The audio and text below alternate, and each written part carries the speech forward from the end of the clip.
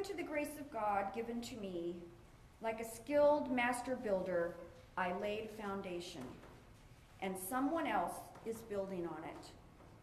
Each builder must choose with care how to build on it. For no one can lay any foundation other than the one that has been laid. That foundation is Jesus Christ. The word of the Lord.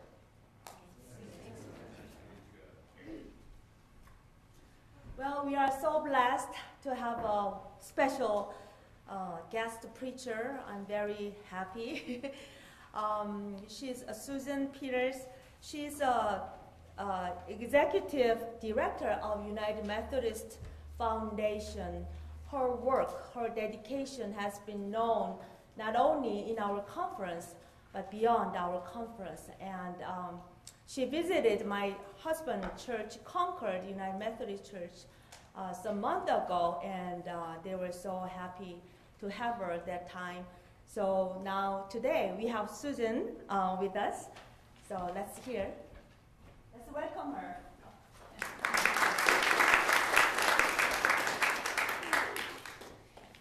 It really is wonderful to be here today with you. I think I was here maybe 7 or 8 years ago to do a presentation. It doesn't seem like it's been that long, but I'm sure we all look just the same, so it's okay.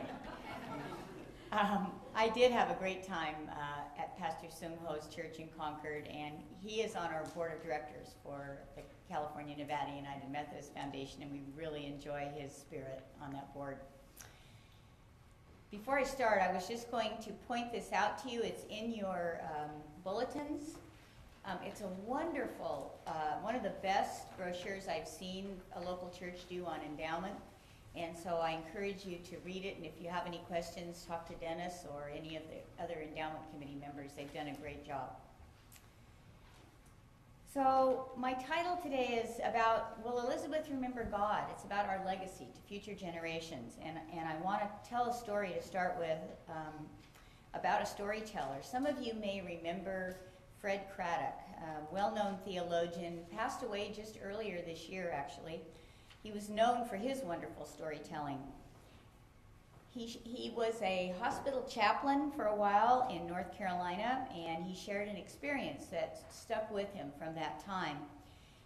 He went to the hospital one afternoon to call on patients, as he usually did. While he was there, he found a family of parents and grandparents that were standing at the nursery window admiring their firstborn child and grandchild. This family was all gathered around to see this beautiful, if red-faced little girl named Elizabeth, and she was crying rather loudly. Fred happened to notice that Elizabeth's father was standing off in a corner, so he approached him and asked if everything was okay. The young father said, "I know why Elizabeth is crying." And so Fred asked why, and the young father said, "Because Elizabeth is angry." When Fred further questioned the father, he said that he could just imagine that Elizabeth was quite angry for being delivered into this really crazy world of ours, especially after she had just come from being with God, where she was safe and secure in the love of God. And he could understand why she was so upset. So Fred then thought for a minute, and he asked the father a very important question. He said, "Do you suppose that Elizabeth will remember God?" When I was a small child, I remember attending a church in the rural California foothill community of Oakhurst, where I grew up. In fact, that is now New Community United Methodist Church, although it started out as a non-denominational church. It was a real simple wood beam church. It had clear windows, not the beautiful stained glass that we have around us this morning, but it looked out into the countryside, and I always, as a child, of course, your mind will wander, loved looking out the windows during church services. My parents, since it was a small community, helped to build that church, both financially and with their blood, sweat, and tears. They really did, they and some other families in the community. And then, after it was built, my dad served on the church board, and my mother sang in the choir.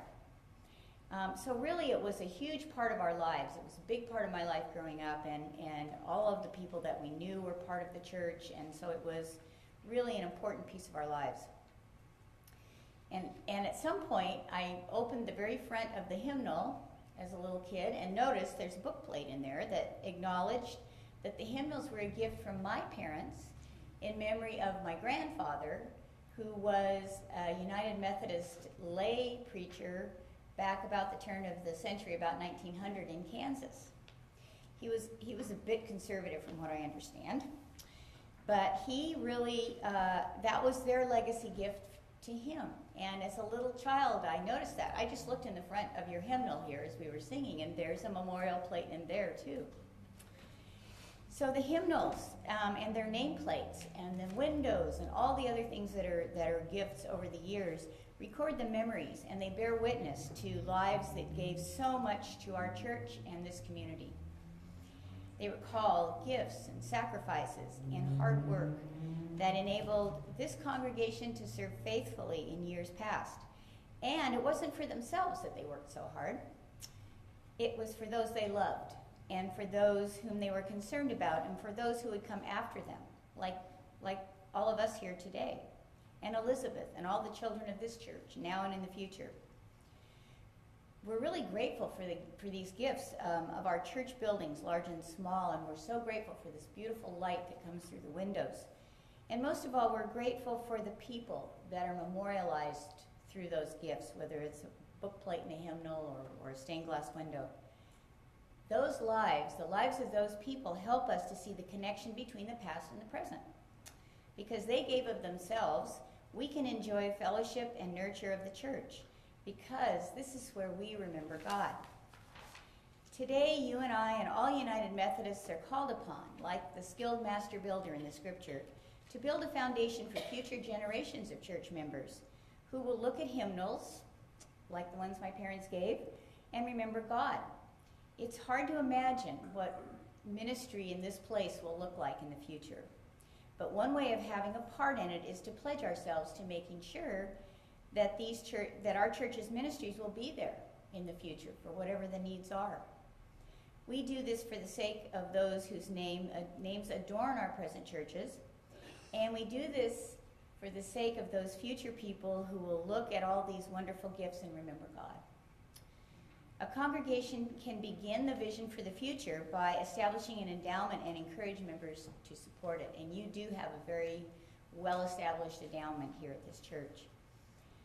Endowments have a number of really wonderful benefits for the people who give to them. It's a way to return God's love through extended church family and friends to future generations. And these are people we will never meet who are going to benefit from our gifts. It's a gift that keeps on giving. It can aid current ministries through the use of earnings and income from the fund, and the principal then grows.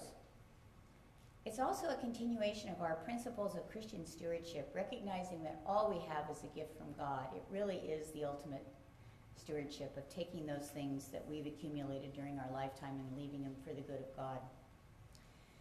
Giving to endowment funds must be conceived and offered as part of a theologically sound, holistic approach to stewardship education, which is what we're going to be talking about after lunch today. When we give, we want to know that we're investing in people's lives and destinies, and we want to feel that we've made a lasting contribution to this church for a better world. We want to know that our lives have touched others, and many of whom we will never meet. In the nearly 30 years that I've been doing this kind of work with churches and nonprofits, I've met with lots of people who grapple with the shock and surprise of two facts. First, that the American dream of having high-paying jobs and having more than one house or car and having a sizable bank account doesn't really ensure that they're going to be happy. Doesn't make them as happy as they thought that maybe it would. Second, that having money and owning a lot of stuff can create as many problems, both financially and spiritually, as not having any money or stuff. And caring for what we own costs time and energy, and that needs to be taken from somewhere. So the question always is, what's enough money? We've all heard that. There have been studies, and we all think about that. In our consumer-driven society, sometimes the message comes to us that we can never have enough, that there's never enough money. The question seems to be for us, are we being, regardless of that amount, are we being good stewards of whatever God has given us? And yes, money's a blessing, can be when you understand it. Spiritually, though, trying to keep it and hang on to it can be as much of a problem as trying to get it. And we don't get to take it with us. That's the other thing I want to just point out. Millions of Americans seem to be chasing their money with very little idea of what they're going to do when they catch it. We quote phrases like, you can't take it with you, and money can't buy happiness.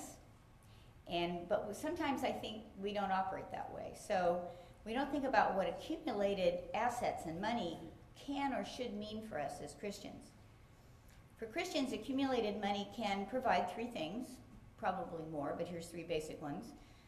Place to live, food to eat, and clothes to wear, your basic needs for survival.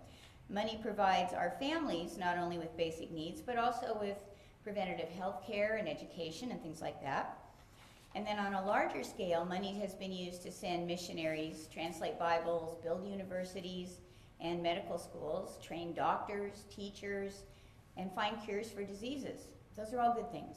Money can only go so far in providing security and peace of mind, but it is necessary for the basic needs of food and shelter. Second, accumulated money and time is most helpful when it's invested so that it does what it can for others. As investors, we control a large pool of really productive resources. It's our responsibility to consider how those resources affect humanity as well as how much return they produce for us. And third, accumulated money may be given slowly over the years or as a one-time estate settlement to those people, churches, and United Methodist agencies or other charities that make a significant difference in the lives of others. Proper planning can make this as efficient as possible. Educating yourselves about planned giving is an important thing for everyone in the congregation, so that you may give a portion of accumulated assets to those loved ones you will leave behind, and have the opportunity to leave a testimony about what you believe and value about charity, church, neighbors, those other aspects besides our immediate family. Planned giving really is just what the name implies. It means that one plans to give in the future.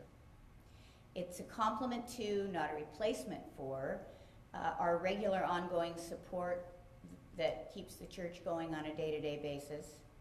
Planned gifts are a wonderful way to leave a legacy to your church's endowment.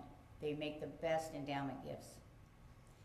Endowment gifts provide an annual reminder of the faith and witness of each donor. They can multiply the giver's gift by putting it with others' money so that it grows under professional management. It encourages givers to choose to endow their annual pledges, tithe their assets, or give a percentage of what they have received over a lifetime. I just want to say I know a couple people who have done this through an estate plan that have been faithful givers every year and tithe to the annual stewardship drive. They've set up something through their estate plan that will keep that tithe coming after they're gone. And they are so happy about that. They just feel like that's a great thing to do. It shows other potential givers that the local church knows how to use major gifts for ministry, focused on mission and financially accountable. How many of you can think of churches that received perhaps one large gift and there was so much dissension about what was going to happen to that gift that it kind of caused some damage to the church? It can offer a tax deduction, reduce estate taxes, and avoid capital gains. And it can give church members and friends the opportunity to give the largest gift of their lives to support their favorite ministries and personal priorities. I believe that the church has a mission to respond to the needs for congregation members to be good stewards of the assets that they have accumulated over their lifetime. This is part of the varied means of responding with one's gift to God's call. The church, through its teaching, preaching, counseling, and administration, enables members to be better stewards of their assets for the sake of themselves and their families. Drawing a will and preparing an estate plan are acts of stewardship. And I have my favorite statement is that your accumulated assets when you pass away can only go three places: to friends and family, church or charity, or the government. You can decide. It's interesting to note that 7 out of 10 Americans die without a will. My guess is in churches it's not quite that high. I have a feeling that we do better.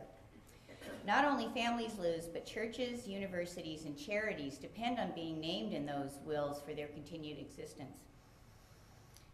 And I'm going to share a story here that illustrates this. There's a woman that I know of in one of our churches named Tina, and she had no children of her own, but she really adopted lots of young people from the congregation and supported them through her lifetime. She asked questions, she celebrated successes, she remembered birthdays and all those important days. She was very organized, very detailed, and she had a sense of responsibility. Last fall, she was diagnosed with cancer, and she continued with as much energy and gusto as she could for as long as she could. Her pastor, one of our Cal Nevada pastors, visited her one day, and we're talking about planning for her death and her funeral arrangements, and got the sense that everything had been taken care of from talking to her.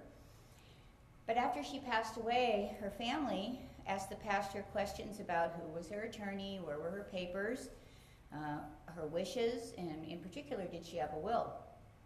And they searched everywhere and couldn't find it. Family members told the pastor stories that Tina really wanted to leave some substantial gifts to the church. So the thing was, the will was never made. It was talked about, it was outlined, she had started work on it, but it was never executed. So her intentions were strong during her lifetime. It was hard to believe she hadn't followed through, but she didn't. And so her wishes, although she had talked about them, were not legally binding. And so if she had communicated that in writing with her family and her attorney and other trusted advisors, then that would have taken care of that problem. Another pastor friend of mine asked one of the members of his church, in the church in the Bay Area, why he had just given $25 million to the university in town, knowing that he knew that he hadn't given that much to the church. And so the donor said, it's because they asked. The reality is, in many times in the church, we're denying people a chance to give by not asking, by not putting it out there that the church and the endowment would welcome a gift and provide them the opportunity to do what they really want to do. So when you make a gift to the church through your estate, it's an investment in the future ministry of this church, regardless of what that's going to look like, because we don't know. Endowment giving is a response to what God has so abundantly bestowed upon us. Endowments give income for even large projects without taking funds from future ministries. They offer a channel for gifts that won't overwhelm the congregation or discourage ongoing stewardship.